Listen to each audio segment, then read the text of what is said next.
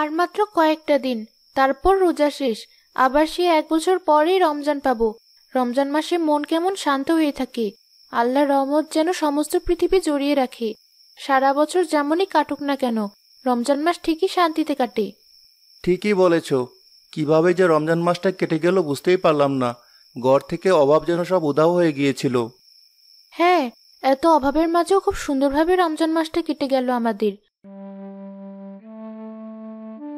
মা, তুই আজ তো চুপচাপ হয়ে সেইটি করছিস। কি হয়েছে তোর? কিছু বলছিস না কেন? কি আর বলবো, আর তো 2 দিন পর ঈদ, কিন্তু তোমরা আমাকে এখনো একটা জামা কিনে দিলে না। প্রতি বছর ঈদের সময় শুধু বলো এই বছর টাকা নেই, এই বছরটা একটু পার কর, পরের বছর ঈদে জামা কিনে দিব। এই করে করে কত ঈদ পার হয়ে গেল, কিন্তু তোমরা আমাকে আর কোনো জামা কিনে দিলে না। এই এক জোড়াতালি দেওয়া জামা পরে পরে আমি ঈদ পালন করি। আহারে, একটা জামার জন্য আমার মেয়েটার মনে কত কষ্ট। বাবা হয়ে মেয়ের এমন কষ্ট আমি সহ্য করতে পারবো না। ওকে এবার একটা জামা আমার কিনে দিতেই হবে, সেটা যে করেই হোক। এভাবে বলছিস কেন মা? আমরা কি ইচ্ছে করে তোকে জামা দেই না? আমরা তো চেষ্টা করি। আচ্ছা, তুমি চুপ করো। মন খারাপ করিস না মা। এবছর তোর যে জামা পছন্দ হবে আমি তোকে সেই জামাটাই কিনে দেব। কি বলছো তুমি এসব? ঈদের সময় জিনিসের দাম কত বেশি থাকে তুমি জানো না? জামা কেনার অত টাকা তুমি কোথায় পাবে? সে ব্যবস্থা আমি করব, তোমারও তো চিন্তা করতে হবে না। তুই কোনো চিন্তা করিস না মা, তোর পছন্দ মতো সবচেয়ে সুন্দর জামাটাই তোকে কিনে দেব। সত্যি বলছো? তাহলে ঠিক আছে, এবার অনেক সুন্দর একটা জামা কিনবো আমি, সবাইকে দেখাবো। সবাই তাকিয়ে তাকিয়ে আমার জামা দেখবে।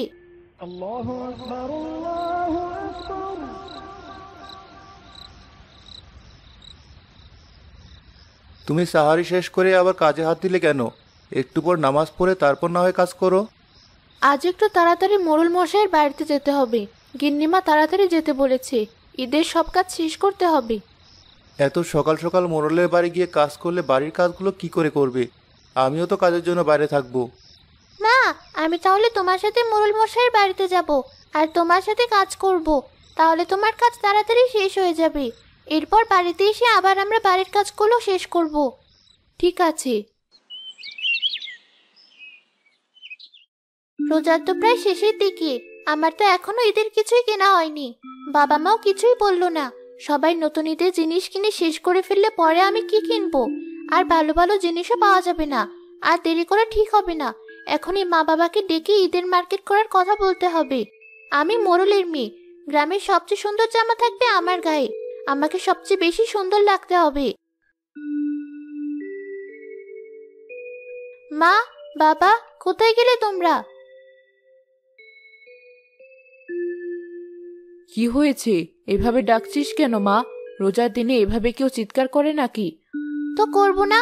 আজ কত রোজা বলো তো? তোমরা এখনো জামা কিনে দিলে না। আসলে তোমরা আমাকে ভালোই বাসো না। না মা, তুই এসব ভাবিস না। কেবলই আমি আর তোর মা এসব নিয়ে আলোচনা করছিলাম।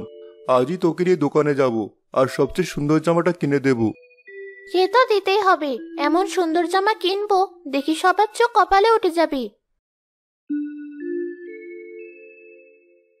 কবিতা, তুই চলে এসেছিস। আমি তোর অপেক্ষাতেই ছিলাম।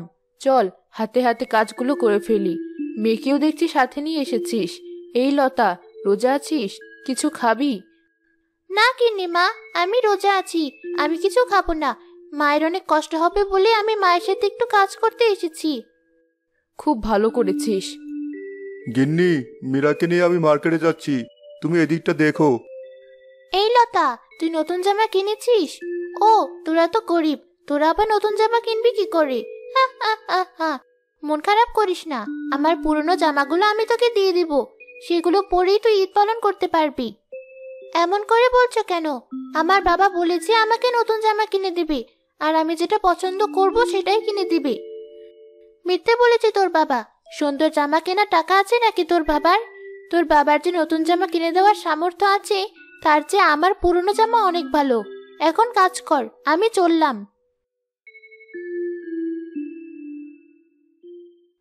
ওদের মার্কেট করার কথা শুনে আবার তুই মন খারাপ করেছিস কেন?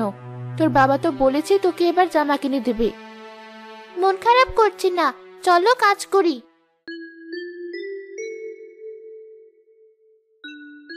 আরে মোড়ল মশাই, আপনি বসুন বসুন, কি লাগবে বলুন। রোজা রেখে কষ্ট করে আপনি আবার এসেছেন কেন? কি লাগবে সেটা জানিয়ে দিলেই তো আমি আপনার বাড়িতে পাঠিয়ে দিতাম। আবার জিনিস হলে তো তোমাকে জানাতাম। আসলে মেয়ের জন্য কিনতে এসেছি। তোমার দোকানের সবচেয়ে সুন্দর আর দামি জামাটা দেখাও। এখনই দেখাচ্ছি মোড়ল মশাই। ঈদের দামি জামা কাপড় তো সব আপনাদের জন্যই। আপনারা ছাড়া আর কারা কিনবে এসব? এই দেখুন মোড়ল মশাই, দামি জামার মধ্যে এই কয়টাই আছে। এর চেয়ে দামি আর সুন্দর জামা আপনি কোথাও পাবেন না। ঠিক আছে, মীরা, বল মা তুই কোন জামাটা নিবি? আমার তো সব জামা অনেক বেশি পছন্দ হয়েছে, তাই কোনোটাই রেখে যেতে চাই না। আমাকে তুমি সব জামা কিনে দাও। ঠিক আছে, সব জামা নিয়েই চল তাহলে।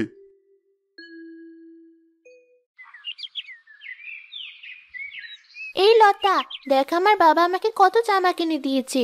আর সবগুলো কত সুন্দর দেখেছিস? হ্যাঁ, সবগুলো অনেক সুন্দর, খুব পছন্দ হয়েছে। আর এই জামাটা সবচেয়ে বেশি সুন্দর। এই, হাত দিস না, আমার জামা নোংরা হয়ে যাবে। তুই চলে যা তো। একটু দেখিয়েছে বলে একেবারে আমার নতুন জামায় ওর নোংরা হাত দিয়ে দিয়েছে। মেয়েটাকে বলেছিলাম একটা জামা কিনে দেব, এবারে যদি না দেই তাহলে আমাদের প্রতি ওর বিশ্বাস উঠে যাবে, অনেক কষ্টও পাবে। আমি বাবা হয়ে সেটা সহ্য করতে পারবো না। কি রবি, কি এত ভাবছো? মহাজন, আমাকে অগ্রিম 1000 টাকা দিন দয়া করে। ঈদ তো চলে এসেছে, এখন টাকা দিলে কাজ করে শোধ দিবি কবে? ঈদের পরে না হয় দেব, কিন্তু টাকাটা আমার খুবই দরকার। এত করে যখন বলছো, বেশ নিয়ে যাও।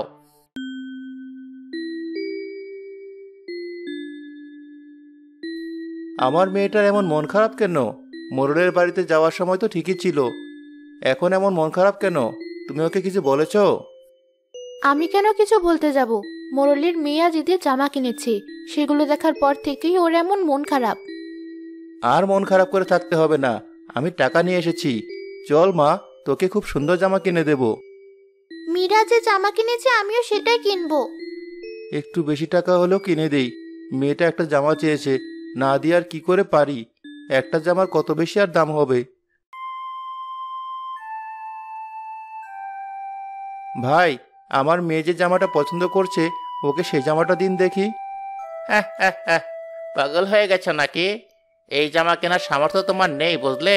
যাও যাও, অন্য দোকানে গিয়ে দেখো। এভাবে বলছেন কেন? আমি টাকা নিয়ে এসেছি, জামার দাম বলুন, আমি কিনবো এই জামা। 5000 টাকা এই জামার দাম। দাও, টাকা দাও এবার। 5000 টাকা? একটা জামার দাম কি করে 5000 টাকা হয়? আমার সারা মাসের সংসারে খরচও তো 5000 টাকা না, আর এখানে একটা জামার দাম এত? হ্যাঁ, 5000 টাকা। এমনি এমনি কি আর বলেছি তুমি কিনতে পারবে না? শুধু শুধু আমার সময় নষ্ট করলে। যাও যাও, অন্য দোকানে যাও। তোমাদের চেহারা দেখলে আমরা বুঝতে পারি কেমন জামা তোমরা কিনতে পারবে।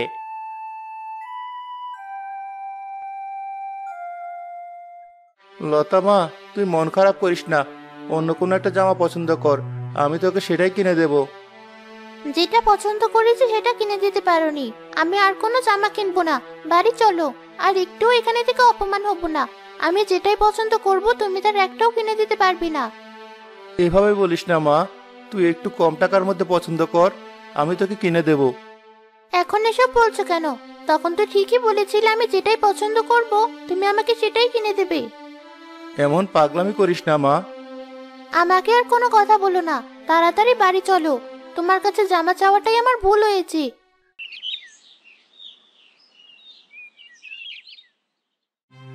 আসার পর থেকে বাবা মেয়ে এমন মন খারাপ করে আছো কেন? মহাজনের কাছ থেকে 1000 টাকা ধার নিয়ে এসেছিলাম লতাকে একটা জামা কিনে দেব বলে, কিন্তু তাও পারলাম না। জিনিসের দাম এত, দামের ধারে কাছেও যেতে পারলাম না। নিজেকে ওর বাবা হিসাবে পরিচয় দিতে আমার লজ্জা করছে। ছি ছি, এসব বলো না। দেখো সব ঠিক হয়ে যাবে। ঠিক নিজের ভুল বুঝতে পারবে ও। এখনো ছোট, তাই কিছু বোঝে না। যখন তোমার ভালোবাসা বুঝতে পারবে তখন আর এমন করবে না। কবিতা শোন, কাল তো ঈদ, সকাল সকাল এসে কাজগুলো করে দিয়ে যাস, আর লতাকে সাথে নিয়ে আসিস। ঠিক আছে গিন্নিমা। কাল তো ঈদ, এবারও আমার কোনো নতুন জামা হলো না। কোথায় ভাবলাম রাগ করে বাড়ি চলে আসার কথা বললে বাবা যে করে হোক আমাকে ওই জামা কিনে দিবে। কিন্তু তা না করে সত্যি সত্যি আমাকে নিয়ে বাড়ি চলে এলো। এই বাড়িতেই আমি আর থাকবো না।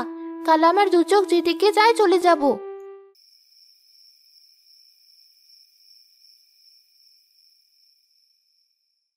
সকাল সকাল ঈদের জামা পরে রেডি হয়ে থাকি। লতা নিশ্চয়ই আজ আমাদের বাড়িতে আসবে, আর আমাকে সুন্দর জামা পরা দেখলে ওর চোখ একদম কপালে উঠে যাবে। তুমি আর লতা আগের দিনের পান্তা ভাতটুকু খেয়ে নিও। আমি মোড়লের বাড়ির কাজ শেষ করে এসে ভাতের চাল দিয়ে না হয় তোমাদের একটু পায়েস করে দেব। ঠিক আছে, যাও, কাজ শেষ করে তাড়াতাড়ি চলে এসো। কেমন কপাল আমার, ঈদে নিজের মেয়েকে একটা জামা কিনে দিতে পারলাম না। আমার বউটা ঈদের দিনে অন্যের বাড়িতে কাজে যাচ্ছে। ওই তো লতার মা চলে এসেছে, কিন্তু লতাকে দেখতে পাচ্ছি না কেন? হয়তো একটু পর আসবে, আমি অপেক্ষা করি। কবিতা, তাড়াতাড়ি আয়, তোদের মোড়ল মশাই পায়েস খেয়ে তারপর ঈদের নামাজ পড়তে যাবে। আমি এখনই সব কাজ করে দিচ্ছি গিন্নিমা, আপনি কোনো চিন্তা করবেন না।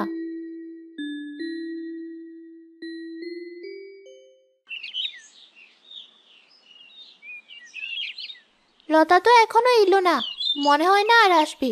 সেদিন জামার কথা বলাই মনে হয় লজ্জা পেয়েছে। আমি গিয়ে আমার বন্ধুদের সাথে দেখা করে আসি।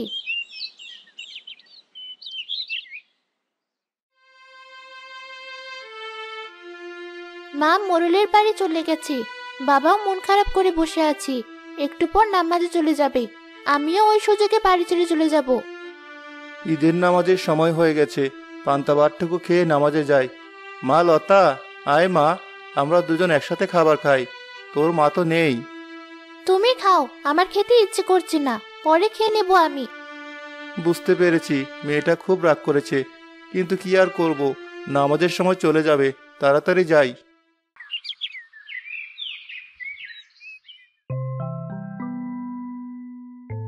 অনেক সময় ঘুরেছি, এবার আমি যাই মীরা। সে কি, এখনই কেন যাবে? কিসের এত তাড়া তোমার?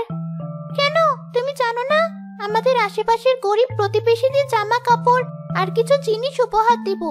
ঈদ উপলক্ষে আমাদের থেকে তারাও তো একটা উপহার পায়। রোজার পর আল্লাহ ঈদের দিন দিয়েছেন সবাই মিলে খুশি ভাগ করে নেওয়ার জন্য।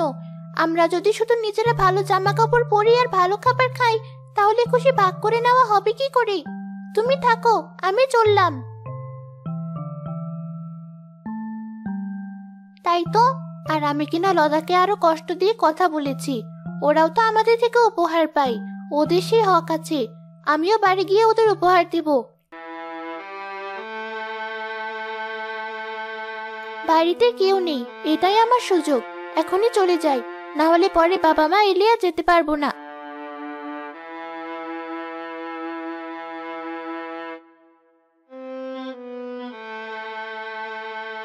চারদিকে কত মানুষ, সবাই কত আনন্দ করছি। নতুন জামা পরেছি, কত রকমের খাবার খাচ্ছি। ঠিক হয়েছে বাড়ি থেকে চলে এসেছি। আমাকে কিছু দিতে পারবে না, তাহলে সে বাড়িতে আমি থাকবো কেন?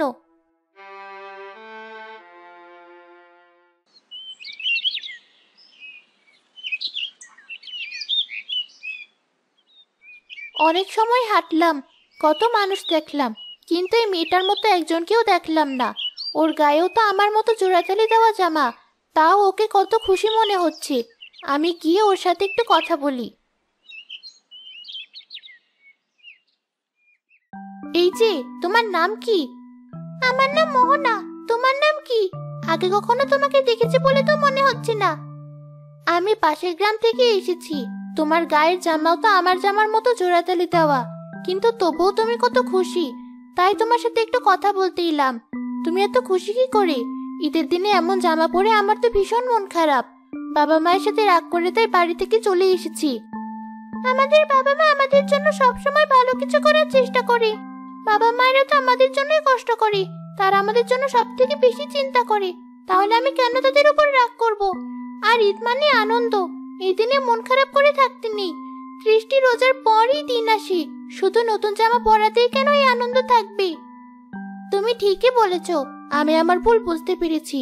ভেবেছিলাম দিদিকে দু চোখ যায় চলে যাব, কিন্তু এখন আমি আমার ভুলের জন্য লজ্জিত। না জানি মা বাবাকে কত কষ্ট দিয়েছি।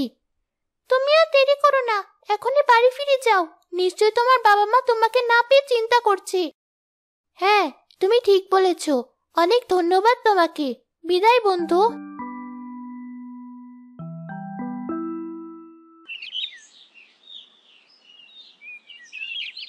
কবিতা, সব কাজ শেষ, এবার তুই বাড়ি ফিরে যা। ঈদের দিন তোর সংসারেও তো কাজ আছে। তোকে তো বলেছিলাম লতাকে সাথে করে নিয়ে আসতে। ও আসেনি, পর এক সময় নিয়ে আসবো। আমি এখন যাই। মা, আমি বুঝতে পেরেছি লতা কেন আসেনি। কেন আসেনি? তুই কি আবার কিছু বলেছিস? না, ওর হয়তো নতুন জামা নেই বলে আসেনি। ওর মাও তো একটা নতুন কাপড় পরে আসেনি। আমার মনে হয় এই ঈদে ওদেরকে আমাদের উপহার দেওয়া উচিত। উপহার আর কি দিব, সবসময় এটা সেটা তো দেই। এইটা সেটা দেওয়া আর উপহার দেওয়া এক না মা। ঈদ উপলক্ষে আমরা ওদের উপহার দিতেই পারি, তবে সেটা সাহায্য নয়, আমাদের প্রতিবেশী হিসেবে। আর তোমার সারা বছর কাজ করে দেয় সেই হিসেবে হলেও আমাদের উপর ওদের একটা হক রয়েছে। মীরা কিন্তু একদম ঠিক কথা বলেছে। বেশ তো, কিন্তু এখন তাহলে কি করব আমরা? আজ তো সব দোকানও বন্ধ। আমার জামাগুলো থেকে একটা জামা আমি লতাকে দেব, বাবার থেকে লতার বাবাকে, আর তোমার শাড়ি থেকে লতার মাকে একটা শাড়ি দেব। তাহলেই তো হয়ে গেল। আর বাবা চিনি, দুধ, শ্যামা এসব তো অনেক বেশি বেশি নিয়ে এসেছে, সেখান থেকেও নিয়ে যাব। একদম ঠিক কথা বলেছিস। আমি এখনই সব গুছিয়ে দিচ্ছি, তুই আর তোর বাবা নিয়ে দিয়ে আয়।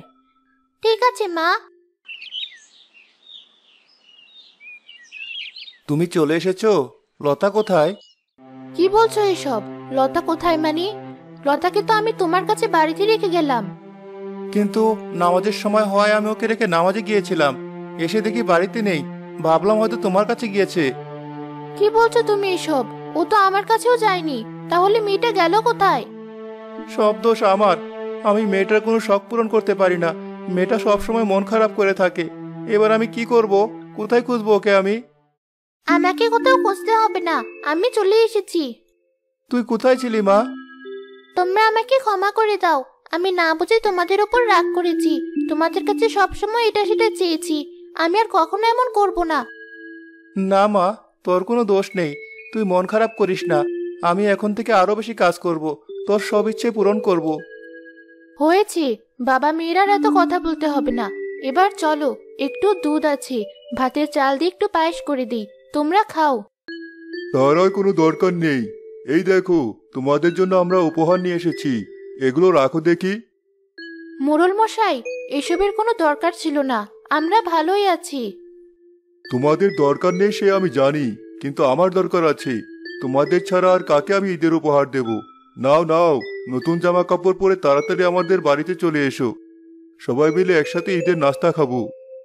লতা, তাড়াতাড়ি চলে আসবে কিন্তু, খুব মজা করে খেলবো আমরা। ঠিক আছে, একটু পরে চলে আসবো।